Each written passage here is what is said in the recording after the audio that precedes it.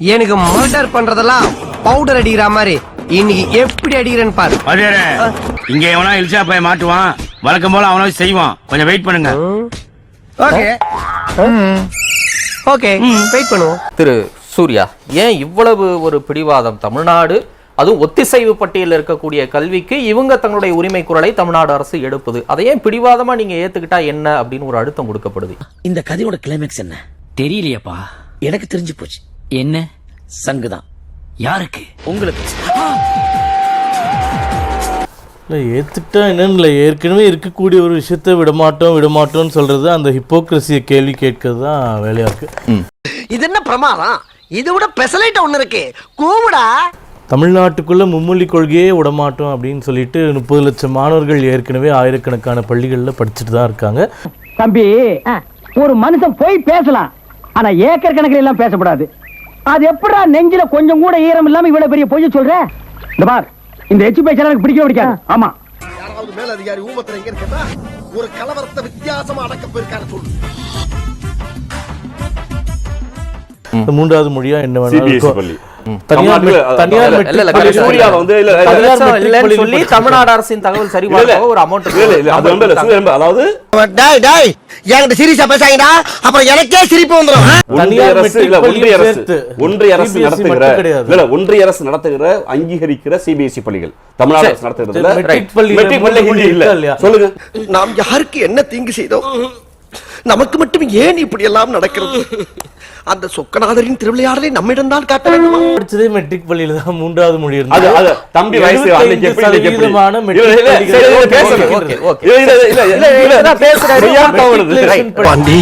அதுக்காக இவனுக்கெல்லாம் பயந்தெல்லாம் வீடு போய் சேர முடியாதா? ஓப்பனிங்ல எவ்வளவு கம்பீரமா இருந்தியோ அதே கம்பீரத்தை யாரோ எவரோ மாதிரி மைண்டம் பண்ணு.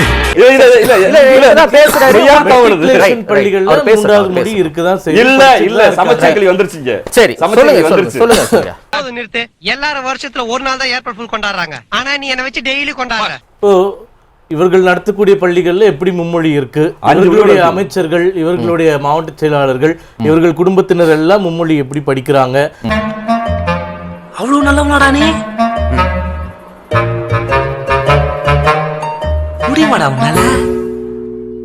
அரசாங்க பள்ளி மாணவர்கள் மட்டும் இருமொழி தான் வேணும்னு சொல்றாங்க. அதெல்லாம் ஏற்கனவே நிறைய நம்ம விவாதிச்சுட்டோம். இப்போ பிரச்சனை என்னன்னா, நீ வாங்குற இந்த 10-5 பிச்சைக்கு இது தேவைதானா? செய்யறதையும் செஞ்சு விட்டு முடிக்கிறத பாரு, திருவிழாவில காணாம போன புள்ள மாதிரி. ஏய், உன்னை தெரியுண்டா எனக்கு.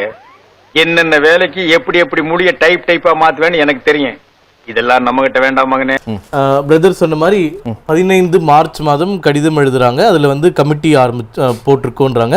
ஸ்கூல் எஜுகேஷன் செக்ரட்டரி தலைமையில நாங்க கமிட்டி போட்டுட்டு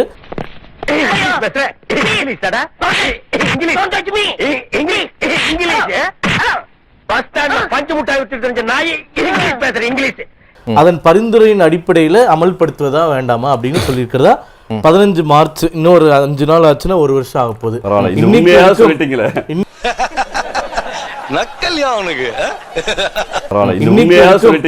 இன்னைக்கு வரைக்கும் இந்த கமிட்டியோட ஃபைண்டிங்ஸ் அரசாங்கத்தினால வெளியிடப்படவே இல்லை. இவன் தகுதிக்கே இவ்வளவு பெரிய டிபாகர் விட்டான்னா அப்புறம் மேல் மட்டத்தில் இருக்கிறவங்க எவ்வளவு பெரிய டகாட்டி பண்ணுவானுங்க. ஐயா பாருங்க இந்த அநியாயத்தை. முதலமைச்சர் அவர்கள் 2 கடிதங்களை வந்து வெளியிட்டிருக்காரு, நிறைய வெளியிட்டிருக்காரு. 2 கடிதங்களை வந்து நான் அடிக்கோலிட்டு காட்டுறேன். நீலாம் ஏன்டா உசுரா இருக்க? இதெல்லாம் ஒரு போப்பாடா. போறியா நெத்தில புட்டு வச்சுடுவா. ஆனா போயிடுறேன் போடா போ. இப்போ இந்த கல்வியாண்டுக்கான இந்த ப்ராசஸ் வந்து இந்த கல்வியாண்டு ஆரம்பிப்பதற்கு முன்னாடியே, அதாவது கடந்த ஜனவரியிலிருந்து மார்ச்சுக்குள்ள இந்த ப்ராசஸ்லாம் முடிஞ்சு அந்த பட்ஜெட் வந்து சொல்லிடுவாங்க. இப்பவே கண்ணை கட்டுது. இப்போ எங்களுடைய வாதம் என்னன்னா, இந்த ப்ராசஸ்லாம் நடக்கும்போது PM ஸ்ரீ அப்படின்ற காம்பனன்ட் போன வருஷம் ஆட் பண்றாங்க. அப்படிங்களா சார்? உங்க வாய் உங்க உருட்டு, நீங்க உருட்டுறீங்க. இந்த ரிவ்யூஸ்லேயே வந்து PM ஸ்ரீ பள்ளிகளுக்கும் சேர்த்து தான் இந்த நிதி ஒதுக்கப்பட்டது அப்படின்றது எங்களுடைய வாதம். உங்க அம்மா உசுரோடு இருக்காளா? எது போயிட்டாங்க? என்ன கல்யாணத்துக்கு மேல இருந்தீங்க? உங்க அம்மா உசுரோடு இருந்தா ஊடு பூந்து அடிச்சிருப்பேன். செத்து போயிட்டா அதான் மேல விட்டு அடிக்கிறேன்.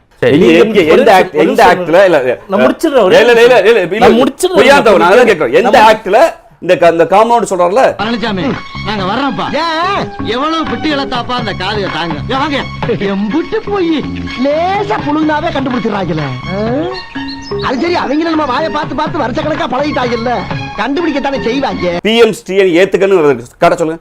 எந்த சட்டத்துல? இல்ல, நான் சட்டவிரோதமா பேசுறாரு. முடிச்சிடுறேன். அமைச்சர் மாதிரியே போய் சொல்றாரு. ரைட் அவர் போய் இல்ல எனக்கு இங்க வா. ஐயய்ய ராடுகாரப்பே. நான் ரொம்ப வெளிப்படையா கேக்குறேன். நீங்க தப்பிக்கலாம் வேணாம். பிஎம்ஸ்டியை ஏத்துக்கன்னு சொல்லி எந்த ஆக்ட் சொல்லுது? சரி சொல்லிருங்க. லா சொல்லுதா? அதுல நான் எஜுகேஷன் ஆக்ட் சொல்லுங்க. சொல்றேங்க. அப்படி கேளு. சொல்லுடிய கருப்புட்டி தாங்கவே உம்முல கொடுக்குற உம்மா தெரியாது.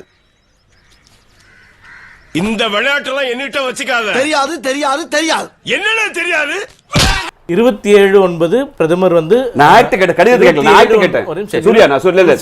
சரி இருங்க அவர் சொல்லட்டும். இல்ல நீங்க தொடர்ந்து பேசிட்டே பாருங்க. நான் சொல்றேன். காம்பவுண்ட்ல ஒரு ஆம்பளை கதறி கதறி அழுதுகிட்டு இருக்கே, அள வச்சு வடிக்க பாக்குறேன். சும்மா ஒரு டைம் பாஸ். டைம் பாஸ்ங்க மாமையா. போல அந்த ஆக்ட் சொல்லுவாரு. இருங்க. இல்ல யாருமே சொல்ல. அண்ணாமலையும் சொல்லல. பிரதமர் சொல்லட்டும். இருங்க அவர் சொல்லட்டும். இருங்க. அந்த வார்த்தையை சொல்லுங்க. சரி சொல்லட்டும். என்ன பண்ண போறானோ அப்படியே ஐயனாரே குலதெய்வமே உன் பிள்ளைய குடியேறதுக்கு அப்பா துப்ப.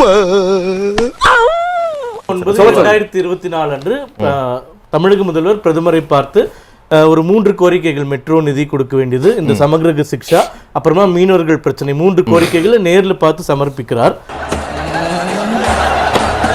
என்ன எழுதியது சிக்ஷா பத்தி அவர் கொடுத்திருக்கக்கூடிய ரெப்ரசன்டேஷன் அதிகாரப்பூர்வமா டிஐபிஆர்ல வெளியிடப்பட்டிருக்கிற அறிக்கையில அந்த சமகிரக சிக்ஷா பத்தின விஷயத்தை படிக்கிறேன்.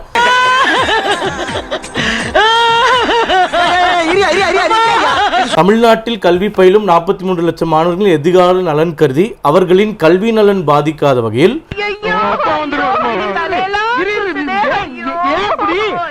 பள்ளிகளுக்கான புரிந்துணர்வு ஒப்பந்தம் மேற்கொள்வது சார்ந்த இறுதி முடிவுகள் எட்டப்படும் வரை காத்திராமல் ஏற்கனவே சமகிர சிக்ஷா திட்டத்தின் கீழ் செயல்பட்டு வரும் திட்ட பணிகளுக்கான நிதியினை உடன் விடுவித்துமாறு வலியுறுத்தி கேட்டுக்கொள்வதாக மாண்புமிகு முதலமைச்சர் அவர்கள் குறிப்பிட்டுள்ளார். இது என்ன மீன் பண்ணுதுன்னா, இன்டகிரேட்டட் ஸ்கீம்ல பிஎம் ஸ்ரீக்குன்னு ஒதுக்கப்பட்ட நிதியை நீங்களாக மீதி 3 திட்டத்துக்கான நிதி ஒதுக்கணும் அப்படின்றது இதனுடைய பொருள். கடிதங்கள் நாங்க சொல்றோம்.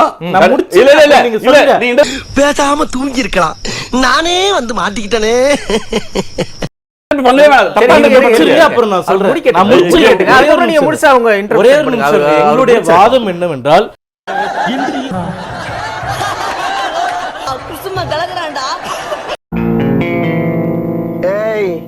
என்னை வச்சு ஒன்னும் காமெடி பண்ணலையே. சீஃப் செக்ரட்டரி எழுதின கடிதமாகட்டும் ஒரே ஒரு விஷயம் தான். இவ்வளவு பிரச்சனைக்கு சொல்லுங்க. நான் எதுவுமே உங்கள்ட்ட குறிக்கிடல. இங்க படுத்துற நிமிஷம்னால தாங்க முடியலையே. தலை வலிக்குதே. இவ்வளவு பிரச்சனைகளுக்கும் காரணம் இந்த சீஃப் செக்ரட்டரி எழுதின இந்த லெட்டர் தான். நீங்க பிஎம் ஸ்ரீ பள்ளிகள் மும்மொழி கொள்கைன்னு ஏற்கனவே தெரிஞ்ச விஷயம் தான். நாங்க கன்சிடர் பண்ணுவோம்னு நீங்க சொல்லிருக்க வேண்டிய கட்டமே உங்களுக்கு ஏற்படல. அவனை சொல்லி நிறுத்துங்களேன்டா. அவன் நிறுத்துற அந்த லூசுக்கு மட்டும் வந்துட்டே இருக்கான். வர்ற நிறுத்துற அவனை. பைத்தியக்காரப்ப எதுக்குடா வரீங்க எங்கெல்லாம்? அமைச்சர் அததான் சொல்றாரு. பிஎம் ஸ்ரீக்கு உள்ள வரவும் நீங்க ஒத்திசைவு கொடுத்து அதன் அடிப்படையில நிதி ஒதுக்கப்பட்ட பிறகு ஒரு காம்பனன்ட் மட்டும் அமல்படுத்த மாட்டேன்னு சொன்னீங்கன்னா நிதி விடுவிப்பதற்கான ப்ரொவிஷன் எங்ககிட்டயே கிடையாது. எங்க அப்பா உலகத்துல தோசையை திருப்பி போட்டு பாத்திருக்கேன், இப்ப இட்லியவே திருப்பி போடுறானே. அவங்க சூர்யா பதில் சொல்லிட்டேன். இந்த சமக்கரா சிக்ஸான்னு சொல்றாருல, இந்த சமக்கரா சிக்ஸால எப்ப பிஎம்சில சேர்ந்தாதான் பணம் கொடுப்பேன்னு எப்ப முடிவு பண்ணாங்க? அந்த அந்த ஆக்ட் காமிங்க.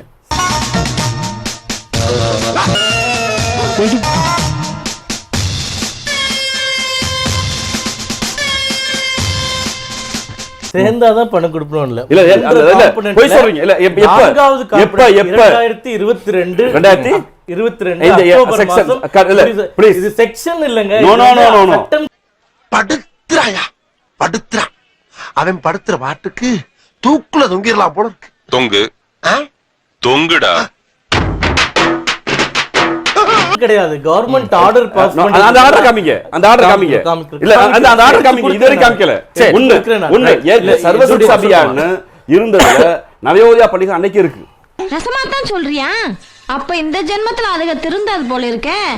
அந்த மாடல்ல ஏன் நீங்க நவயோதயா பள்ளியில் ஏத்துக்காத எங்களை ஏன் திரிக்குன்னு தான் கேக்குறோம். நீங்க அரசியல் சட்டத்துக்கு பணத்தை கொடுக்க வேண்டியது. சொல்லுங்க சார். அவர் இந்த உலகத்துக்கு ஏதோ ஒரு முக்கிய செய்தி சொல்ல வராரு. அவர் கொஞ்சம் சொல்ல விடுங்க. இந்த கல்வி ஆண்டுல நிச்சயமா இந்த அதிகாரிகள் மட்ட கூட்டத்துல பிஎம் ஸ்ரீ நீங்களாக தான் நிதி ஒதுக்கப்படும் நான் நம்புறேன். அப்படி ஒதுக்கப்படும் போது நிச்சயமாக நிதி ஒதுக்கப்படதான் செய்யும். ஒரே அடி அடிச்சு வயக்காட்டுக்குள்ள புதைச்சுக்கிட்டுமா? வேணாம். பயிர் நாரி போயிடும். இதுல டெக்னிக்கல் ப்ராப்ளம் தான், பொலிட்டிக்கல் ப்ராப்ளம் எங்களுக்கு கிடையாது.